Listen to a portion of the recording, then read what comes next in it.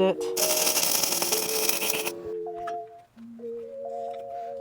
That is how much room I have to the casing.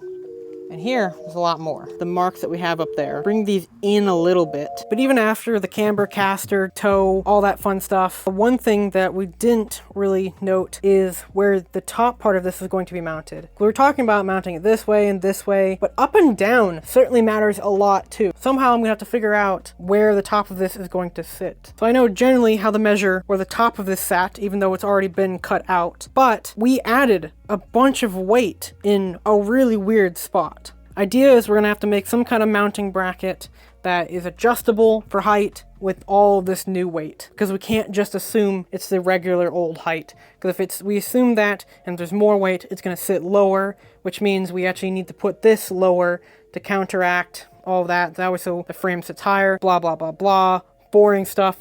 You'll see me do it, but we need to account for that. So right now we're actually sitting about 2 inches higher than it's supposed to be. This top bushing and everything should be sitting about right here. It's just because this has to compress some under all the weight. I don't know the spring rate. We could actually calculate this distance. If we knew the spring rate of this. We are at 10. Okay, you're at a quarter, between a quarter and an eighth.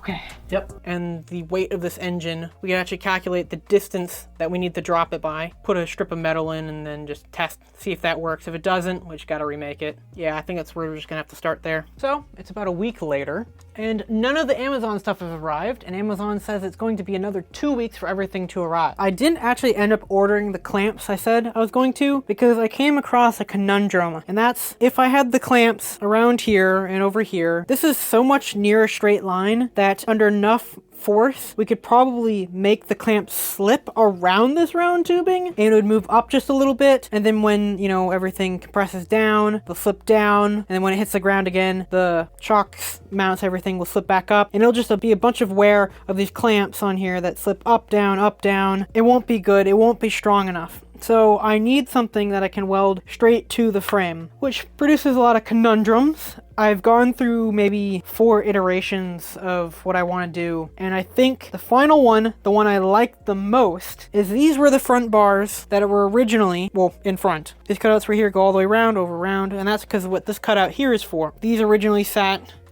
in there like that. These ran to the back of the four-wheeler. But what I wasn't thinking about is, say we flip this upside down. Look at this wide tubing. We've got double bends in it, so it's an S bend, and it mates back together in the middle, obviously. And this is the same thickness, a little bit bigger than this overall thickness here. So I'm thinking about doing, cutting it here, taking this off of the bar, welding this part back around this outer curve. That way so we have full access to this nut from the outside and top down.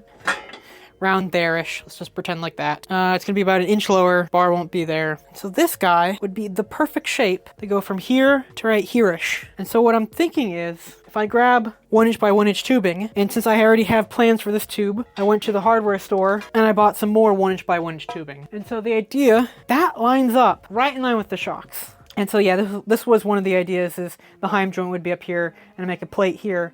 But it bounced off to this idea, to where instead of having this, put that piece there, and then on here, I'll cut out a notch in the square tubing. I'll cut a notch out that's the same radius as this tube here. That way so it'll sit flat against it. I can weld a bead all the way around it, and we'll have a spot to put a bolt through on both sides.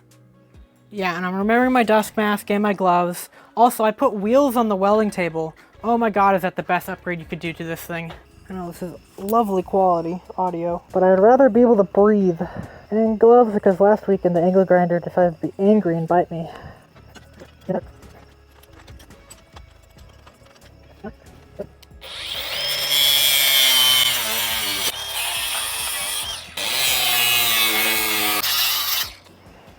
I love my outdoor light. Excuse me while I go throw a stick at it.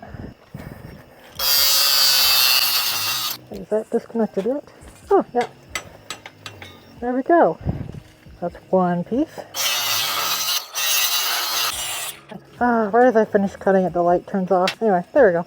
Okay, so this is one side, this is the other. Oh yeah, forgot. I have these things still to cut out. I think this is originally the right side of the four-wheeler. We're going to be using it upside down. So yeah, if I put this here, the top of this lines up on the outside, but I didn't think that the back of it, obviously it's offset back, it's gonna line up, you know, somewhere back here. It sits almost vertically compared to this at an angle. Either I have to make something that bolts up underneath it, or what I was thinking is if I turn this around, then I can have a nice extra weld bead on the outside, so I can weld this from the inside and the outside. I would only realistically be able to weld from the inside because the outside's too far away. It wouldn't line up right. I like that. It's at the same angle. The only thing is, this is angled a little bit forward, which is okay. If I want to angle a little bit backwards, this one is the opposite. So I can use this one instead. That angles it a little bit more back. Regardless of whichever one I choose, this surface is now not flat against this one, which is a slight dilemma. I might be able to work around that a little bit. My main dilemma is getting to that bolt somehow. But wonderfully, we have this little window in here, and here's a 3/4 end ratchet, and I can reach that in there. And I don't have that much room to tighten it right here, but I do have enough. And this side, I have a lot more reach. This doesn't touch right now, but yeah, that's touching back here. I am 100% using this piece though, or at least one of these two pieces, because I really do like the angle that it gives and everything, just how well it fits. It looks really good. Let's say I weld it here, you know, around the edge where it fits really nice. I like that. Up here, how are we gonna mount it? Because this depth right here, a little shy of an inch, because the overall thing is about an inch. And the reason why I think that's good actually is if, say, somehow I cut this out, if I grab the 1-inch square tubing, if I weld this tubing in right here vertically, drill 2 holes through it, and say I make some plate that covers up this hole that we have there, put this here, this shape will cover the tubing. So when I put this down, it will actually sit flat, and then we can just kind of do bolt, bolt, and that'll give us our rigidity this way, and then to get us our rigidity from the front, how can I do that?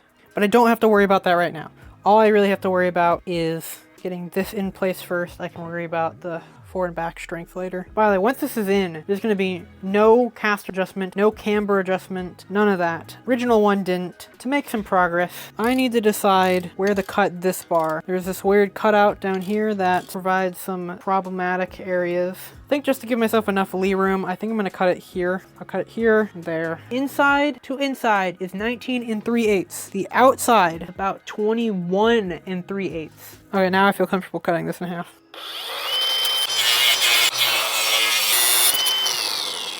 If I don't end up needing this extra piece over there, I'll cut it off, but I want to make sure I have it now.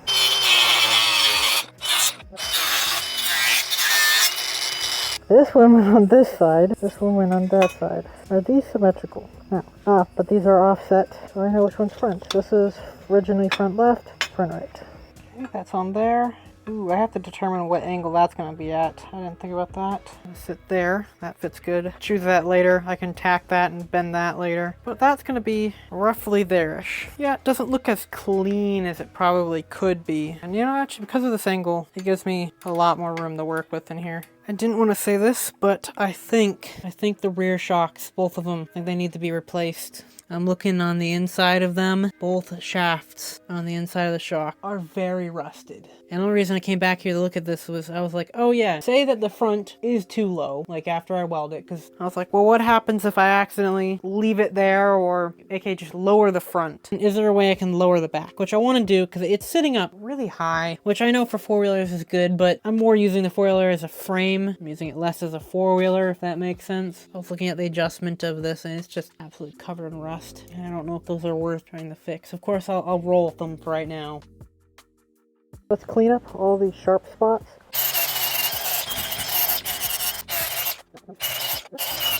That should go right there. Fits in there really good. Time to get the welder out and tack those in. And even though I got all the new TIG and MIG stuff, I will be using flux core again because I don't want my first time learning how to do TIG to be on something that is very, very crucial to our structure. Flux core MIG it is on.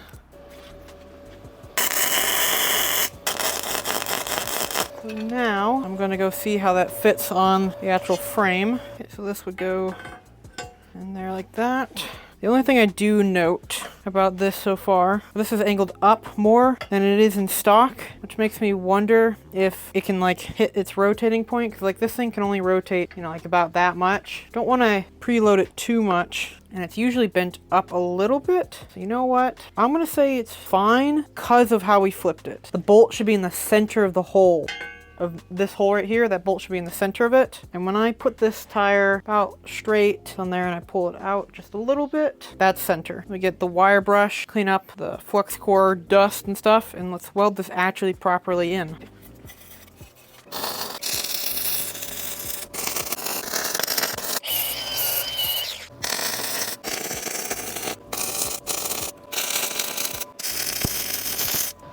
Okay, so I'm gonna let that cool down and then grind back all of the dust from flux core, and then I'll get another layer. Otherwise, I think I got majority of spots.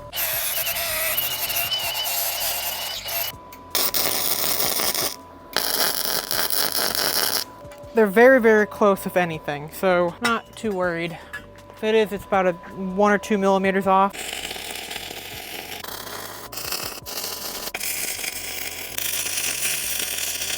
Oh, and I blew the breaker. I think it warped, but warped so they're almost exact now. That is hilarious. Oh yeah, it's dead on. At least I know that they started in the exact same spot, heated up mostly the same way, and then cooled down the same way. It's been a few minutes. They've both cooled down to touch them. You can definitely tell which one I did first and which one second. I forgot to strip the paint off the inside. How about we go and put this stuff on the four-wheeler and see what we have to do for the top mounts now. Okay, so which one of these is this side? It's this one right here. So that will go there. How much angle do I want on this? Right around here is vertical. That I would say is around 5%, you know, just estimating. That does put it in line. You know what? I am going to do that. I just have to make sure this is in straight line with the shock, and we're going to be putting these tabs around this tab here. So that means the next part is remove this little rubber bushing, because this was to hold the gas tank up. There we go. Perhaps I should cut out this angled plate that's in here.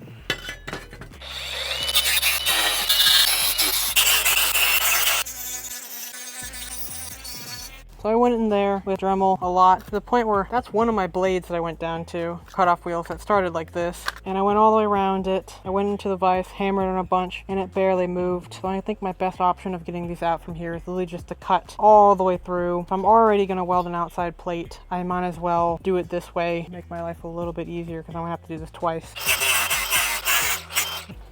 This is the one I spent like an hour and a half on. Look how messy it is, sharp on the inside. This is the one where I said, screw it, we're just cutting everything out. Look how much cleaner that is. This only took like 5 minutes. I should have done this from the start. Whatever, here we are. Bring this all inside, figure out what I have to do next. Okay, so I ran off to the store and I came back real quick and I got some of these U-bolts, 1 3/8 and one that's supposed to fit 1 1/2, or it says 1 1/4. When you measure, it's actually like 1 3/4. 1 1/2, which is the same thickness of this tubing, was really expensive for some reason, so I went with the next size up, which was 1/3 of the cost and it had way more threads on it. The reason why we need these is this guy fits that tube really good, and the bigger one fits this bigger tube really good. And that's important because I also picked up this 1 1/4 inch galvanized steel tube with obviously some punched holes in it. These holes are punched every inch. Conveniently, the next size up of these U-bolts are 2 inches apart. You can see that slides in there. So the idea, since this is 1 1/4 inch, the 1 inch tube will fit right inside of it. There's a little bit of wiggle in there, but I have a solution for that. And no, it's not a shim. It's actually cutting off one of these 4 walls that are on the square tube. So it'll essentially become a C-channel. So the idea that I have is, let's take this tube, put it inside here, like that. We can weld in some flanges and gussets in there to make this all nice and strong to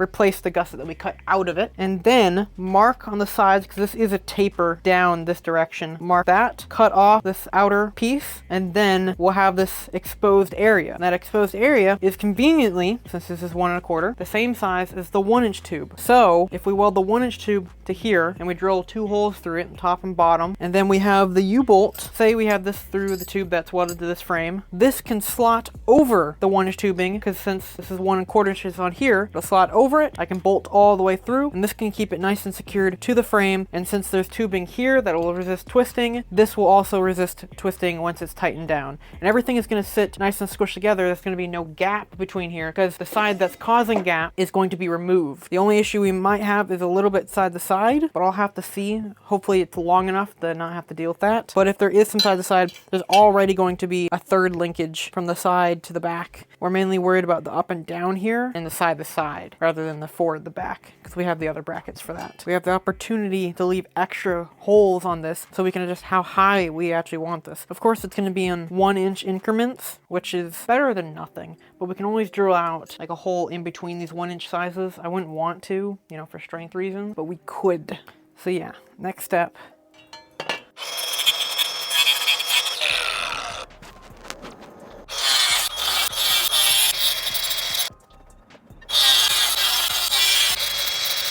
That's really, really close, so I'll call that good. That will go there, and this one, that will go there. So now I need to take a Sharpie, mark this angle that's on the side. The edge taper is smaller down at the end, so our gap we have to cut off gets bigger.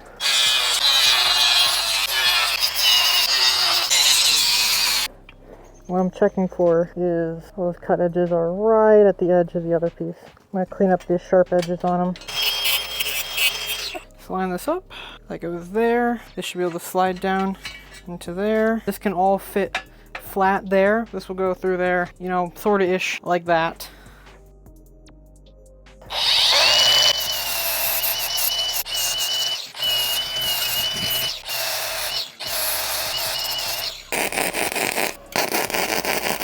That's 2 good spot welds. So now, I don't know, I guess 2 more right there. Easy to grind off.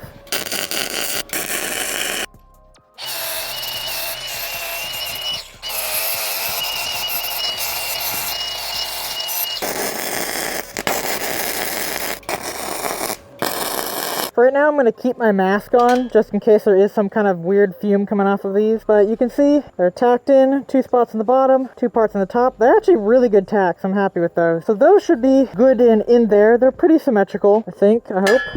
They're both flush with the inside surface, which means that's all going to contact evenly. Good progress. Okay, let's see how this fits up. So it's been a few minutes and I'm in a different room, so I'm not worried about the fumes of this anymore, but let's put this on here. Okay, so that'll go roughly there. Here's our U-bolt. Oh, right. We're not really able to get this in here because this needs to be raised. I'm only going to do 1 click higher, even though it's supposed to be 2, I believe. That'll go through there like that. Reason why we need that 1-inch square bar behind there, because right now this U-bolt will rotate on that, which obviously is bad. This will either push into the engine or squish outwards like that. Obviously for suspension, that's not the kind of travel you want. Take this back off, grind off this gas tank mount, get the 1 square bar, cut that the length, and then we'll see the fit up. I think what I'm going to do is remove the carbs and then stuff the intakes with some kind of rag so nothing gets in there. Get that guy off.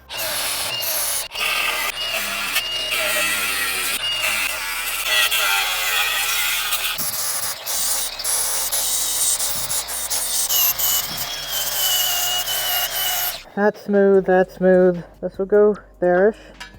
That will go over that, like that. But I have a little bit of gap in between here on each side, and that's because this is no longer 1 inch deep. It's less than that. So cut that off, cut a notch in it, fit that up to here. So I think that's next. This is gonna sound really dumb, but at some point I need extra strength, like going, you know, disabling this from going outwards or inwards. I could make like a brace bar that goes from here right through this little channel right here to the other side. I almost guarantee stopping from, you know, pulling out. Obviously if this side pulled out, it'd pull the other side in, so there's that issue, but better idea than just swinging it without any crossbar. Should I give myself 3 inches or should I give myself a little bit more than that? So we have either be able to attach through these 2 or those 2. So we have a little bit of adjustability.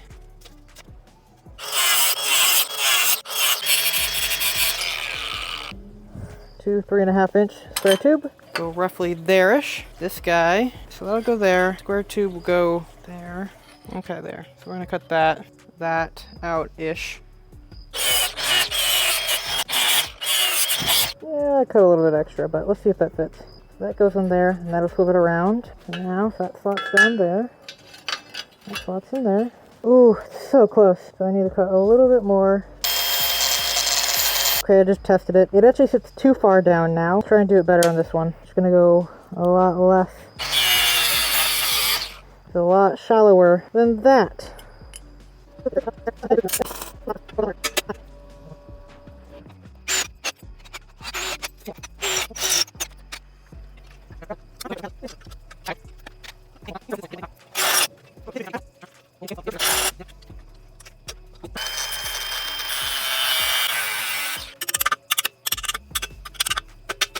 That other mistake being, well, this one. Even though these two holes are drilled in the correct locations as I marked, these holes, well, as you can see, are clearly not.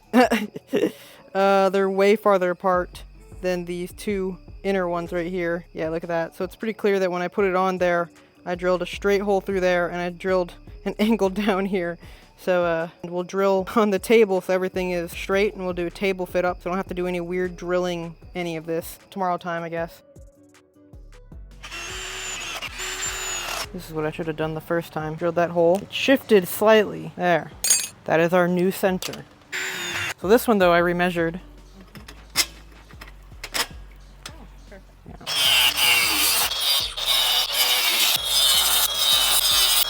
There we go. Let's see how that fits up. So here's this sides.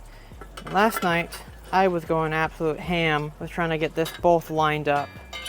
Until I realized if I drilled the holes first, like they are now, what I could have done is I could have put the U-bolt through here first and then not have any of those issues. So we're gonna do that. Look how much tighter this is now. It's not even fully tightened. Obviously that's still gonna get welded on, but to get this back on ball joint. Ooh, too fast. So this is why welding that 1-inch square tube in is very important. So we need to decide where that's going to end up being.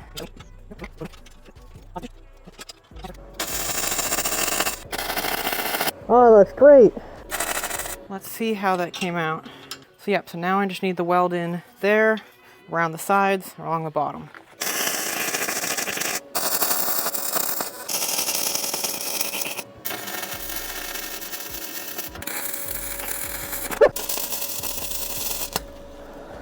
I think I'm gonna have to notch out a little bit here. Oh, the weld got in the way of the bottom one. Okay, I need to drill that out. There we go. Let's see now, where does that touch? And that's the bottom.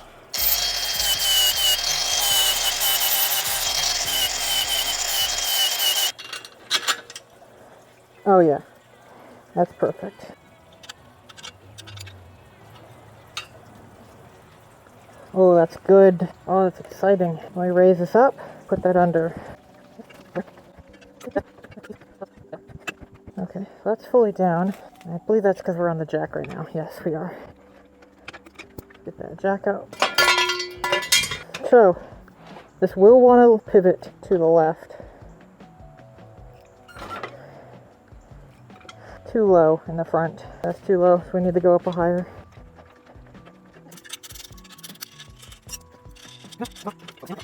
Okay, move it up an inch. Now this is where we thought we were going to actually have to use it at.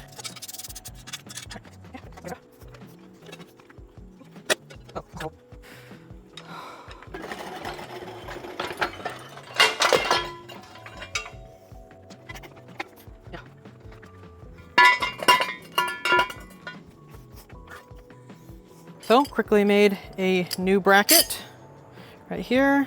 Sanded this back with the grinding wheel, get the paint off. So now I need to put this back here. And I'm putting this on the high setting first because, well, so on that side, lowering it adjusts the camber of the wheel, as I should have assumed, but unfortunately I didn't plan for that. So I'm gonna have to actually grind out that tube that I put in there on that side. So oops, but let's get it right on this side. Yeah, I should have left that side on tack welds. So yeah, I'll leave the side on tack welds as well. I'll do more tack welds than that one, but I won't weld it all the way up solid like I did that one.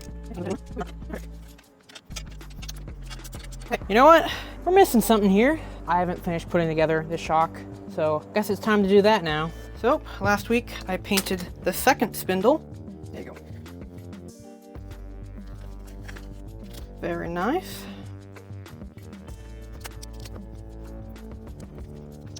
This is WD-40. It's just to get some of that icky masking tape stuff off.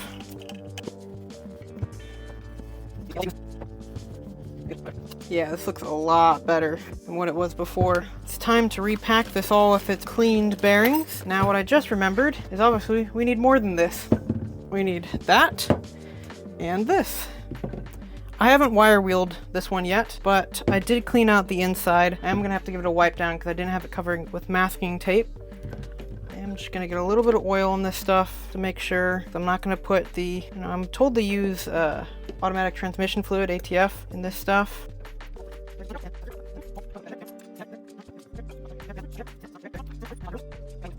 Oh, I just put that all in there, and you know what? Not only did I forget to clean the cap that goes on the outside, oh, I forgot to put the bottom bushing in. I need to heat that up. Yeah, I know I don't have the brake disc in there. That's just because mock-up stuff. Okay, well, let's get this all back off. Hey, righty-loosey. There we are. Slides right out. Okay, well, things are probably different for you now. I know they definitely are. I went with a wire wheel over this whole thing in the areas that I could get with it. It's not perfect. Obviously, I missed some spots in here, but it's a lot better, and I need to kill some time while this was in the freezer. So wipe off all that frost, and let's get the torch on this.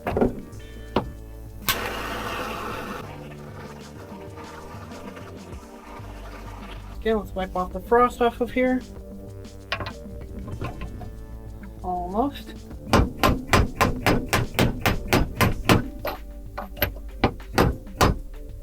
Now, before I put the blue Loctite on the screws, let's let that cool down. Dang, when that fell over, look at that. So it's been a few minutes. This is nice and cooled down. I can touch it, no issues. This is a 5/32, and these are the bolts. Get some blue Loctite on those. Already wire brushed this screw.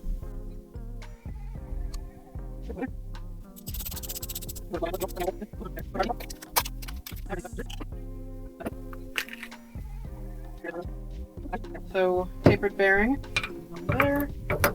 Next tapered bearing, metal plate for the electromagnet, clutch, and the smaller bearing, hub, last tapered bearing, washer, and reverse lock nut.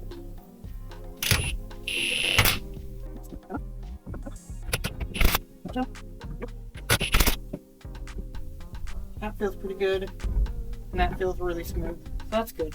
So now that's all there, let's grab the nut for the ball joint. Let's go put this on the four-wheeler.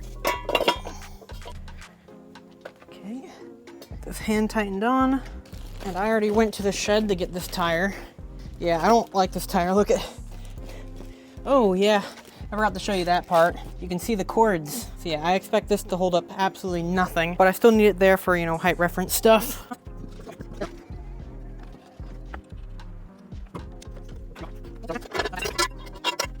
Let's get this up. Well, that's a dilemma. I don't know how I didn't notice that before. Well, I guess because I've been working on the other side this whole time. I haven't bothered to check that this side sticks out more than the other side. Oh no. Yeah, the coil touches where the starter is. Huh. Yeah, well, he's supervisor. He's here to tell me that I screwed up somewhere. That somewhere is right there. When I let this down, this is going to swing out a little bit. Otherwise, though, it is under its own weight right now. However, at any point, this could just swing right out. So let's tighten this up real quick. Well, just to prove it, it's under its own weight. That's the jack out. I'm going to put it back under, just in case. It's supporting itself. If I push down, this could kink out, but... That's under its own suspension. Looking at it from here. Oh, jeez. I guess I have to stand on it. Now, this has suspension in the rear. This is a lot softer. Let me lower the jack all the way down. That way so we're not hitting it when I jump on it.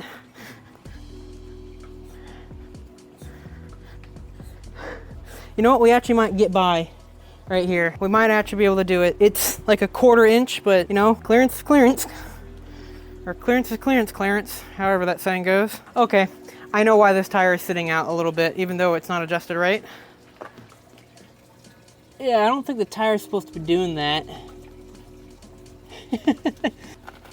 Oh, because it's so incredibly flat. But yeah, I am worried about this touching that cover. Well, you know what? I can tell you this for sure. It's nice seeing it with 4 tires back on it.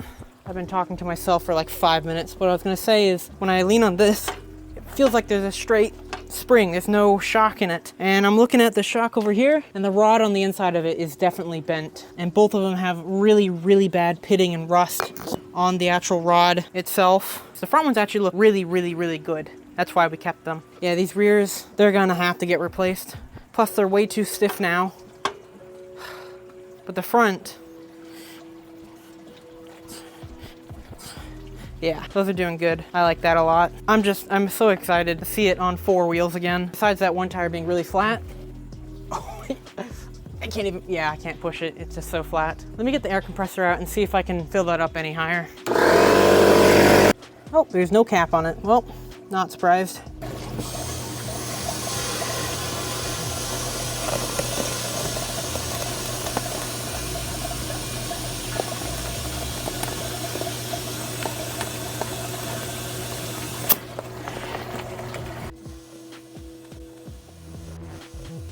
Still some squish.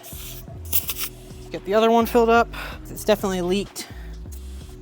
So now, I'm expecting the tires to like do something floppy because there's no steering on it, but oh, it rolls under its own weight again.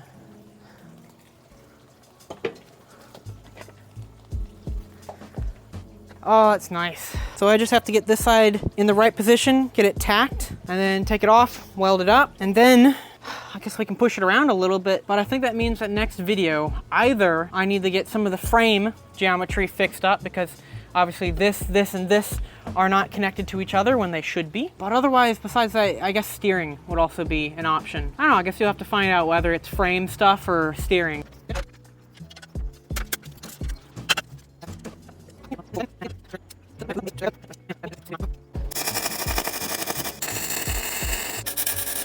Woo, hurt.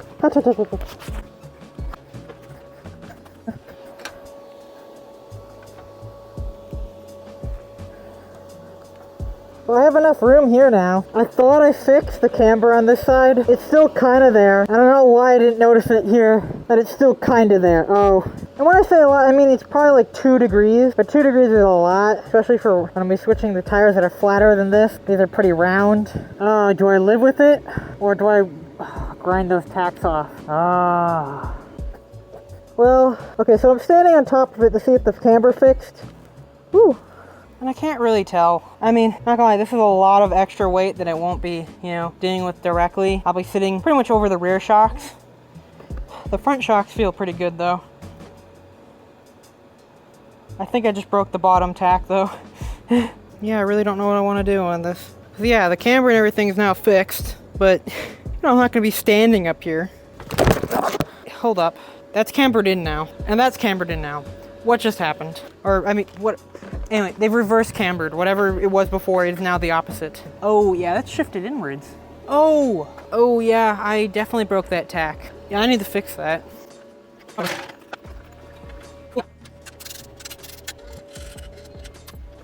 Yep, I cracked a tack. I don't know how well you can see that. Probably can't. Yeah, it cracked right there. I mean, before I did jump on this, so that's my own fault. What about this? Did these tacks stay fine? Oh, yep. Yes, they did. I'll re-tack it, I'll put it back on, and I'll see if that camber is actually fixed.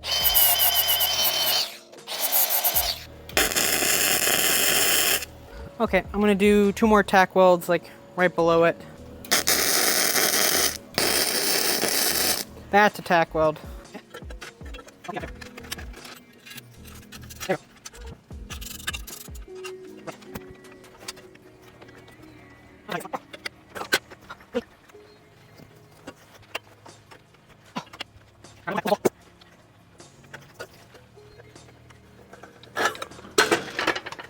Not how I wanted to go in there, but it's in there.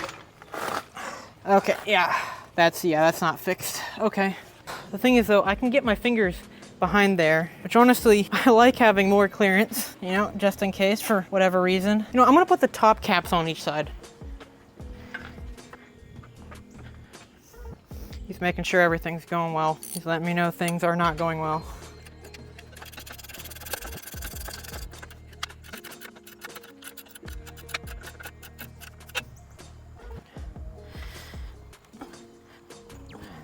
Reason why I want to put those back on is it's really important though that say this gets jumped somehow, okay? Not saying it's not going to happen, that if this lifts up, instead of these just pulling off, you know, the shocks, if it pulls the shocks up, how close are these springs going to get to this housing? Are we going to simulate the jump by lifting up the bottom? How close is that spring going to get to that housing? Okay, tires are in the air, as you can see. It doesn't go more than that because we have the axle in the way. You know, otherwise it would do that. Which we're not getting that kind of turning radius. There's no way that's happening. Yeah, it gets a little bit closer, but I can still get the majority of my hand through there. Okay, which means we do have room to bring this in to fix the caster. Yeah, let's get these tires back in. You know, it doesn't help that the ground here is not level. Let's roll it, make sure that suspension is settled. Yeah, supervisor is, okay, do not walk under there, mister. That is the least safest spot for you. Nope, get out. So I've set the camera now to horizon balance. So no matter what I do, I'm shaking the camera left and right, or I'm doing this with it. So it's level to the ground, and that back tire is pretty level. So you can see now that tire ever so slightly up here is out more than the bottom. Now let's go to this tire, and you can see that it's also doing that. Actually, it's doing it a little bit more. The ground does go up here, so it does make it look a little bit more than it actually is, but still, it's a little bit more cambered than the other one over there. So the only way to fix that is to grind off the marks that we have up there, bring these in a little bit, and then, I guess just re-weld it. The thing is that when I put a lot of weight on it up there, like when I stood on it, these did straighten back, like the up and down. Actually, they reversed. So instead of this being, you know, a little bit that way, it went a little bit that way. Instead of this one being a little bit that way, it went a little that way. That's with an extreme amount of weight on top. And realistic, this is about as much weight as there's going to be up there. So I need to fix it for what it is, because when we sit on it, we're realistically sitting like right here, and the rear suspension is right here. So if we sit there, the legs here, we're not standing here. Even standing here, half of our weight would be going here. Most of our weight's going right there. So this is not where it's supposed to be. I need to fix that and that. But you can see now, that is how much room I have to the casing. Just barely a finger's width there. And here is a lot more. So I have a lot more room I can play with there. It's mainly this side right here with the starter casing right here and everything. So yeah, that's... But when I brought it all the way up before, I could still get my hand through there. So on jumps, that's fine. When this lands, it also should be fine. I've turned off the horizon balance thing, but I'm just gonna do some simple math. I know the ground right here isn't level. This should be 25 inches. It is 25 to 20.5. That means we have an angle, we have roughly 1.4 degrees of camber where the bottom is in, which is the opposite kind of camber we want to have. Is 1.4 acceptable? Right, so this is positive camber. Yeah, so we want negative. Yeah. According to online, positive camber means there's less surface area on the tire. Anything different than 0 is going to be less, which means that there's greater acceleration and top speed, less traction, and sensitivity steering, response, and handling. Positive camber can also mean a smoother ride for vehicle on uneven ground. Well, this is an ATV, so that's fine. What makes it common for most off-road vehicles. It also says it's fine between 0 and 3 degrees. Considering we're at 1.4 degrees, I'm going to call it intentional. Do I not want to change it? Yes. Is that reason why I'm saying it's acceptable? Anyway, we're keeping the positive camber for now. We can always change it later. Quite literally, I just have to grind it out, move it, but right now it's not that much of an issue. Right now I just finished doing all this, so I really don't want to, you know, take it all out, put it back in. I'll leave that for another day if I need to. But right now it's a roller. Since it's a roller, let's see if we can get it into this garage or not. Do have to steer it a little bit that way. This was part 7 of the Venture. There's one video every single Monday. We've spent around $1,200 so far. If you want to support stuff like this, there's a Patreon, or if you want to talk more about it, there's a Discord. If you want to see more projects like this, there's a subscribe button right here. There's a playlist for this project, and there's another video here that YouTube thinks that you'll like.